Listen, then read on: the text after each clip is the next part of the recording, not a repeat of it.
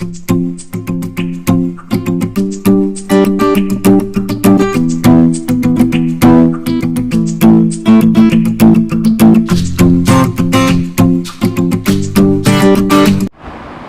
दोस्तों, आज आप सभी का एक बार पुनः स्वागत है मेरे YouTube channel the crime and life stories by doctor Upendra में। आज मैं आपको एक ऐसी कहानी सुनाना चाहता हूँ कि हम अधिकतर लोगों की ज़िंदगी से जुड़ी कहानी है और इस कहानी के माध्यम से मैं उन सभी लोगों को एक शिक्षा देना चाहूँगा कि अगर हम थोड़ी छोटी सी चीज़ों का ध्यान रखें तो हम अपने जीवन को सुखद और सुंदर और शांतिपूर्वक तरीके से जी सकते हैं। ये कहानी मेरे एक मित्र की है।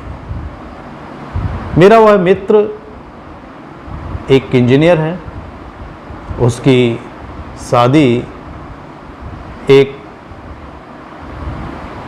डॉक्टर से होती है और शादी का वो दृश्य मैं आपको दिखाऊंगा।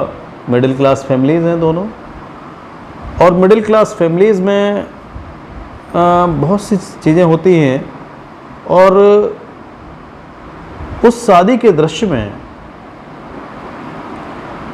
लड़की वालों ने व्यवस्थाएं की हैं और लड़के वालों ने भी व्यवस्थाएं की हुई हैं, मगर कभी भी घर परिवार में कोई भी फंक्शन होता है तो उसमें कुछ ना कुछ कमियां रह ही जाती हैं। हम सभी की कोई भी चीज़ कभी आइडियल नहीं हो सकती। हाँ, आइडियल करने की कोशिश हर इंसान की होती है। तो उन दोनों के पेरेंट्स ने भी अपने अपने सीमित साधनों में भरसक प्रयास कर अपनी व्यवस्थाएं की। फिर भी जो रिश्तेदार लोग जो होते हैं वो तो दो तरह के होते हैं। एक रिश्तेदार वो लोग होते हैं जो अपने परिवार, अपने रिश्तेदारों की इज्जत को उछालते नहीं हैं और उनकी कोई कमी भी होती है तो उसको दबा लेते हैं। दूसरे रिश्तेदार ऐसे होते हैं कि उन्हें साफ कमी को निकालने का मौका ऐसे फंक्शंस में आता है और वो उन चीज़ों को हाईलाइट करते हैं जो चीज़ें कमी के रूप में हों। दोस्तों, मैं आपको उस दृश्य का दर्शन कराना चाह रहा हूँ कि लड़की पक्ष का खाने में कोई व्यवस्था में कमी होती है तो लड़के पक्ष वाले एक दूसरे रिलेशन हैं वो कहने लगते हैं कि अरे क्या है ये व्यवस्था, कैसा है ये खाना, इसको तो जानवर भी नहीं खा सकते। और यहीं से एक चिंगारी की शुरू होती है और जो शादी और विवाह का बंधन है वो हस्बैंड और वाइफ का सबसे इम्पोर्टेंट रिलेशन इस दिन से ही शुरू होने वाला है, परंतु इसकी जिस दोस्ती की नींव रखी जाने वाली है इसके बारे में कोई विचार नहीं करता। उन्हें तो बस अपनी मज़े लेने हैं और वो एक गुस्सा और तनाव का माहौल उस सुंदरता के माहौल में खड़ा कर देते हैं। जहां हम खुशियों का शुरुआत करने वाले हैं वहां क्रोध और अशांति से उस पवित्र रिश्ते की शुरुआत होती है। तो इंजीनियर साहब की शादी की शुरुआत भी कुछ ऐसे ही हुई। उनके जो रिलेशंस थे उन्होंने शादी में खाने को लेकर एकदम काफ़ी एग्रेसिव रोल अपनाया। अच्छा, जो डॉक्टर साहिबा थी उनके भी रिश्तेदार कम नहीं थे। उन्होंने इंजीनियर साहब के जो उनके यहाँ से जो आते हैं सामान वगैरह, उन पे भी कमेंट करने शुरू कर दिए। जो वधू के माँ बाप थे उन्होंने उन्हें भी समझाने की कोशिश की, मगर रिश्तेदार और ख़ासकर जो दूसरी कैटेगरी वाले रिश्तेदार हैं, उन्हें तो लोगों को लड़ाने में ही मज़ा लेना है। और ये स्थिति हुई कि उस बुरी चीज़ों का असर जो नव दंपति जिनको जीवन की शुरुआत करनी है, उनके जीवन पर एक छाप छोड़ गई। रिश्तेदार दिन ख़त्म होने, रात ख़त्म होने के बाद अपने अपने घर चले गए और हस्बैंड वाइफ के लिए शुरुआत में ही काफ़ी सारे क्वेश्चंस छोड़ गए। जब कोई लड़का लड़की शादी की बात सोचते हैं तो उनकी आइडियल इमेज अपने अपने जो पार्टनर्स की, अपने अपने जो पेयर की जो इमेज है, वो फिल्म इंडस्ट्री के हीरो हीरोइन की तरह होती है। और उनकी कल्पनाएं भी ऐसी होती हैं कि शायद ज़िंदगी, वैवाहिक जीवन ऐसा ही होता है। परंतु रियल लाइफ जो सुंदर होनी चाहिए थी, वहाँ तो पहले दिन से ही लड़ाई और तनाव का माहौल होने लगा। एक लड़की अपने घर में बड़े नाजों से पाली जाती है और अपने माँ बाप की बड़ी दुलारी होती है। जैसे बेटे होते हैं ना, बेटे अपने माँ बाप के बहुत प्यारे होते हैं, ऐसी बेटियां भी बहुत प्यारी होती हैं। उनको भी अपने माँ बाप से बहुत लगाव होता है। मगर पहले दिन जब हस्बैंड वाइफ मिलते हैं और एक दूसरे की रिलेशंस की जो घटनाएं हुई, उसकी बातें एक दूसरे से कहते हैं, तो उनकी जो जीवन की जो शुरुआत थी, वहीं से ही उनकी बातों में सूल की तरह एक दूसरे की बातें लगने लगती हैं। फिर भी वक्त आगे बढ़ता है। इसी प्रकार इंजीनियर साहब का भी वक्त आगे बढ़ने लगा। जो सपने सजोए थे उसके ठीक विपरीत दूसरी तरीके से जीवन कटने लगा। 1 साल हुई, 2 साल हुई, एक बेबी भी हो गया। सोचा कि बेबी हो जाएगा तो झगड़े कम होंगे और जीवन बहुत ही खुशी से चलने लगेगा। अब बेबी भी बड़ा 1 साल का हो गया, मगर लड़ाइयों का जो दौर है वो कम होने का नाम नहीं ले रहा। छोटी छोटी सी बात एक दूसरे की चुभने लगती थी और एग्रेशन बढ़ता चला जाता था। महिलाएं, खासकर डॉक्टर साहिबा, अपने पति देव पर शक करती थी कि आप इतने लेट क्यों आते हो, आप कहाँ घूम रहे थे, ड्यूटी के आवर्स के बाद आप कहाँ थे। और यही हाल इंजीनियर साहब का था कि आप क्लिनिक पे इतने बजे चली आई, फिर कैसे लेट हो गई, इतनी देर क्यों लग गई। तो ये जो विश्वास, वैवाहिक जीवन का जो विश्वास होना चाहिए, हस्बैंड वाइफ को एक दूसरे पर जो विश्वास होना चाहिए, वो विश्वास डेवलप ही नहीं हो पाया। तो फिर उनके जीवन में कटुता बढ़ती चली गई। एक दिन इंजीनियर साहब मेरे मित्र हैं और वो मेरे पास आते हैं,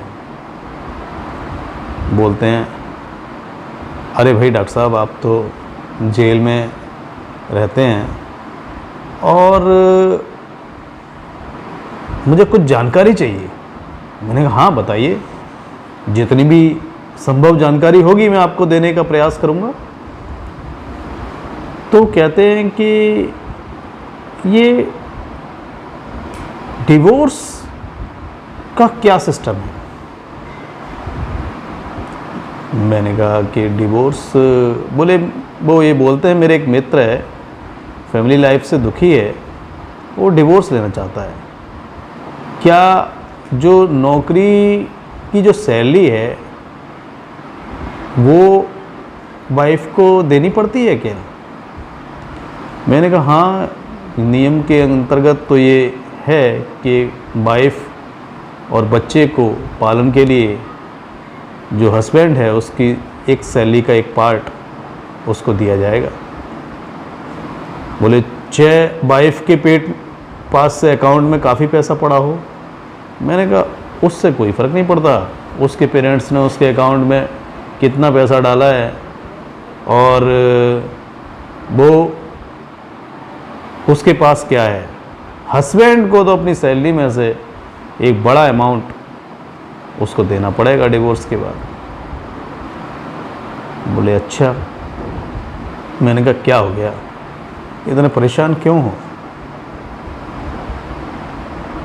तो बोले कि मरने से बढ़िया तो है डिवोर्स ही हो जाए, कल को हम मरें एक दूसरे से झगड़ के, इससे बढ़िया तो यही उचित होता है। मैं उनके बातों से उनकी दशा को समझ गया और मैंने उनसे कहा कि आप गलत सोच रहे हैं। आपके मन में ऐसा आइडिया क्यों आया? क्या ये आपके किसी अन्य दोस्त की कहानी ना होकर आपकी खुद की कहानी है? तो उनकी आंखें भर आईं और वो हमसे बोले कि आप सही कह रहे हैं, मेरी ही कहानी है और मैं आज सुबह ही अपनी वाइफ से लड़ के आया हूँ। छोटी छोटी सी बातों पर मुझ पर शक करती है। मैं कहीं पे भी होता हूँ मुझे स्क्रीनशॉट मार के दिखाना पड़ता है, मैं यहाँ पे हूँ, अब मैं ये कर रहा हूँ, अब मैं ये कर रहा हूँ। और कुछ भी कहता हूँ, अरे आपके पिताजी ने ये कह दिया, आपकी माताजी ने ये कह दिया, मैं आपको मेरे बारे में सुनते ही नहीं हो। और काफ़ी सारी चीज़ें, मैं दुखी हो गया हूँ। सेटिस्फाई करते करते, एक्सप्लेनेशन देते देते मैं दुखी हो चुका हूँ। अब क्या बच गया है?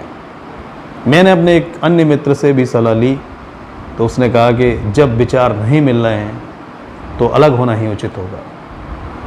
आप बताइए सर। मैंने कहा दोस्त, आप गलत हैं। दुनिया में दो तरह के लोग आपके दोस्त होंगे। एक जिनकी संख्या बहुत कम है, अच्छे दोस्त, और एक वो जिनकी संख्या बहुत अधिक है, बुरे दोस्त, जो कभी आपको खुश नहीं देख सकते। वो चाहेंगे आप कष्ट में ही रहें, परेशानियों में ही रहें और किसी न किसी झंझट में ही फंसे रहें, उनको खुशी होगी। परंतु एक अच्छा दोस्त वो होता है जो हमें हर परिस्थिति में बेहतर से बेहतर हमारे अनुकूल राय दे। मैं आपका वही दोस्त हूँ। मैंने कहा मेरे कुछ सवालों का जवाब दीजिए आपकी जब शादी हुई,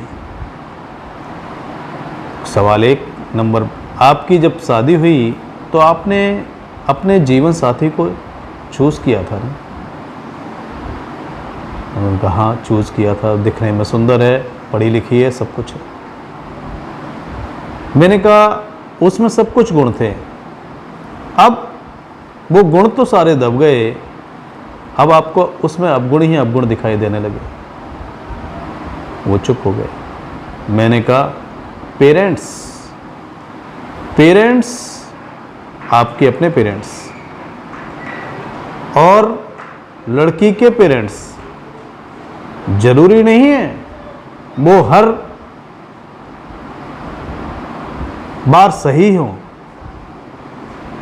आपको अपनी वाइफ की बात भी सुननी चाहिए। पेरेंट्स और बच्चों के बीच में एक जनरेशन गैप होता ही है। एक जनरेशन गैप आज तक कभी ख़त्म नहीं हुआ, वो रहता ही है।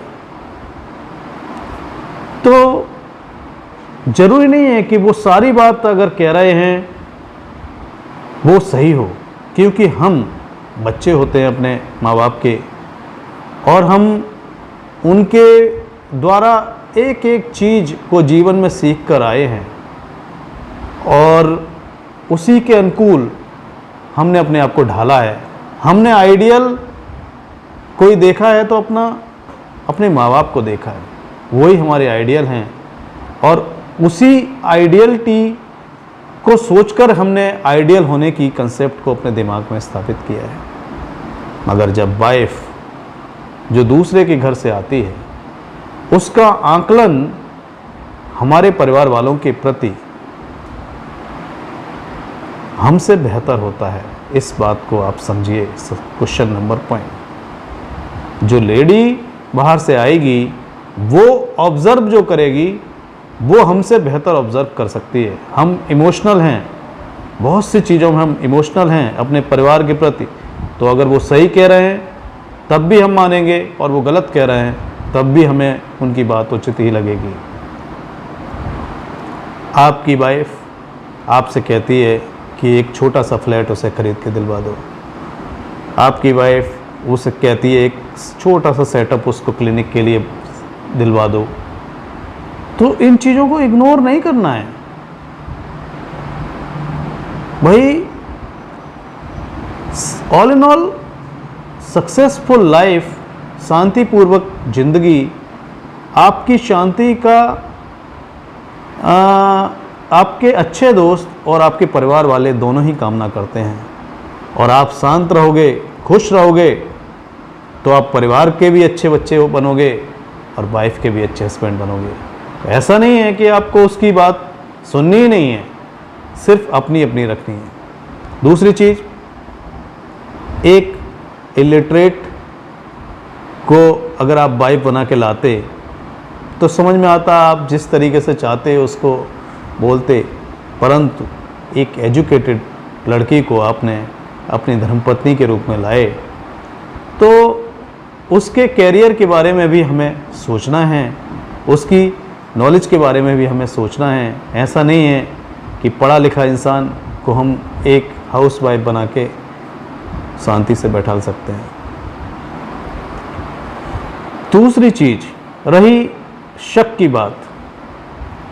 हस्बैंड वाइफ का जो रिश्ता है वो विश्वास का ही रिश्ता है। सबसे बड़ी चीज़ है विश्वास, एक दूसरे के प्रति विश्वास होना।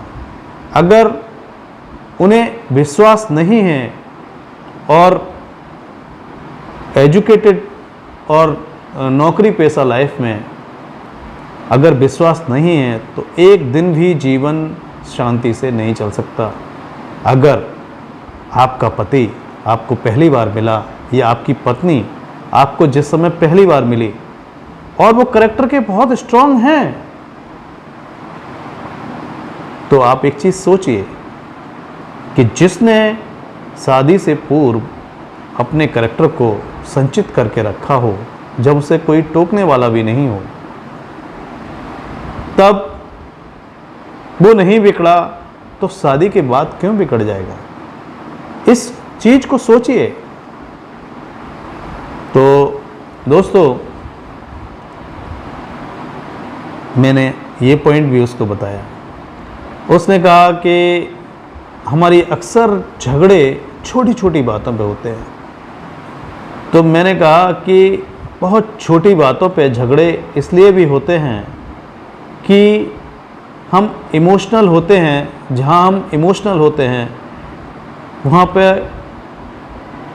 इस तरीके की क्वेश्चंस आते हैं। हम एक बाहर की महिला से जब भी बात कर रहे होते हैं तो बहुत कोशिश करते हैं कि हम अपनी बातों से उसे इन्फ्लुएंस कर सकें, और वही चीज़ मैं जब बताऊं कि जब अपनी वाइफ से बात कर रहे हैं तो हम उसकी वैल्यू ही नहीं समझ रहे, उसको बिल्कुल ऐसे कर रहे हैं कि ये तो कोई बात ही नहीं। जैसे ना वो एक कहावत भी आप लोगों ने सुनी होगी कि अपनी बुद्धि और दूसरे की वाइफ दोनों अच्छी लगती हैं। तो इस कंसेप्ट को दिमाग से निकाल दीजिएगा। आप अपनी वाइफ को सम्मान भी देना है और रेस्पेक्ट भी देनी है, और साथ साथ उसको जैसे एक अजनबी के प्रति जब हम मिलते हैं, पेयर के प्रति मिलते हैं या कोई भी लड़के लड़कियों से मिलते हैं, तो हम कोशिश करते हैं कि अपनी जो बातचीत हो वो बहुत ही रेस्पेक्टफुल हो, बहुत ही ऐसी हो, इन्फ्लुएंस करने वाली हो। तो क्या हम उस वाइफ को या उस हस्बैंड को हम इस तरीके से रेस्पेक्ट नहीं दे सकते? मैंने कहा इंजीनियर साहब, आप ये बताइए, अब आप डिवोर्स ले लेते हैं, चलो मैंने मान लिया, आपको मेरी सारी बातों को समझाने के बावजूद भी आपको ये अच्छा नहीं लगा। आप मुझे ये बताइए, आपकी मैं ये बात भी मान लूँ कि आपका डिवोर्स ही एक ऑप्शन बचता है, तो डिवोर्स होने के बाद क्या इंसान खुश रह पाता है? मैंने देखा है जीवन की ये इरिवर्सिबल रिएक्शन को जब भी इंसान रिवर्सिबल रूप धारण कराने की कोशिश करता है तो कष्ट ही कष्ट मिलते हैं। जिन लोगों की वाइफ ख़त्म हो जाती हैं और दहेज एक्ट में वो लोग अंदर आ जाते हैं, दोबारा से दूसरे जीवन साथी के साथ जीवन काटते हैं, तब भी मैंने देखा वो कोई बहुत खुश नहीं रहते। और हमने डिवोर्स करा भी दी। डिवोर्स कराने के बाद क्या आपने कभी सोचा है जिन लोगों की डिवोर्स हो जाती है उनको कोई अच्छा आदमी या मतलब बिल्कुल नई लड़की जिसकी शादी नहीं हुई हो, ऐसी रिश्ते तो बहुत कम ही आते हैं। जिस हीरोइन की आप कल्पना कर रहे हैं उसकी तो कल्पना ही कीजिए, जो आपकी वाइफ है उससे बेहतर पत्नी आपको नहीं मिल सकती। और जो नई की आप सोच रहे हैं कि डिवोर्स होने के बाद और दूसरी बढ़िया सी ले आएंगे, वो उससे बुरी ही आएगी, अच्छी नहीं आएगी। इसलिए क्योंकि डिवोर्स होने के बाद आपको या तो डिवोर्स ही मिलेगी या फिर वो मिलेगी जो कहीं ना कहीं से कोई ना कोई अवगुण को ज़रूर रखती है। तो सारा कुछ रिश्तों पे डिपेंड करता है, सम्मान पे डिपेंड करता है। आपकी जो वाइफ इस समय हैं वो करैक्टर और सब चीज़ों से उत्तम हैं, तो फिर आप दूसरे के लिए प्रयासरत क्यों हैं? वो इंजीनियर साहब बोले हाँ करैक्टर वगैरह से तो ठीक है, परंतु कोहराम बहुत रहता है। तो मैंने कहा आप अपने व्यवहार में भी तो चेंजेस ला सकते हैं। जब वो किसी बात पे नाराज़ हो रही है तो आप तुरंत जवाब देना ज़रूरी है क्या? थोड़ी देर सुन लो उसका, बात को ठंडे दिमाग से समझाओ। कुछ बात अगर कहनी भी है, कन्वे भी करनी है, तो जब माहौल शांति का हो तब अपनी बात को रखा जाए। गुस्से वाले माहौल में अगर बात कही जाएगी तो बिगड़ती चली जाएगी। अक्सर मैंने जेल में आने वाले लोगों को और अपने जीवन से जुड़े हुए लोगों को देखा कि अक्सर वो सभी लोग बहुत पछताए। हर घटना की शुरुआत बहुत छोटी ही चीज़ से हुई और उनके परिणाम बड़े गंभीर हुए। तो दोस्तों, मेरी इस कहानी से यही शिक्षा मिलती है कि जैसा भी है आपका पार्टनर, आपका लाइफ पार्टनर सबसे अच्छा है और उससे बेहतर ईश्वर ने आपके लिए दूसरा नहीं बनाया। और अगर हम ये सोचें कि उससे बेहतर दूसरा मिल सकता है, उसको डिवोर्स करने की सोचें या मारने की सोचें या कोई और गंदा प्लान हमारे अंदर आता है, तो वो प्लान नहीं आना चाहिए। ईश्वर की यही इच्छा थी, उसको देखते हुए ये सबसे अच्छा पेयर बनाया गया है। और अपने लाइफ पार्टनर की, चाहे वो महिलाएं हों चाहे वो हस्बैंड हों, दोनों एक दूसरे की बहुत रेस्पेक्ट करें, एक दूसरे पर विश्वास करें और एक दूसरे का सम्मान करें। कोई भी ऐसी लगी बात ना कहें जो उनको हर्ट कर सकती हो, क्योंकि एक छोटी सी गलती आपके द्वारा सजाए हुए सारे सपनों को तहस नहस कर सकती है। आपके अगर बच्चे हैं तो उन बच्चों को जो आपने सपने देखे हैं वो सब मिनट से पहले ख़त्म हो जाएंगे। और मेरी आप सभी से यही राय है कि अपने हस्बैंड और अपनी वाइफ दोनों को सम्मान देते हुए, रेस्पेक्ट करते हुए एक दूसरे के साथ जीवन यापन करें। और मेरी ये कहानी और संदेश अगर आप सभी को अच्छा लगा हो तो मेरा ये चैनल सब्सक्राइब करना ना भूलें। धन्यवाद।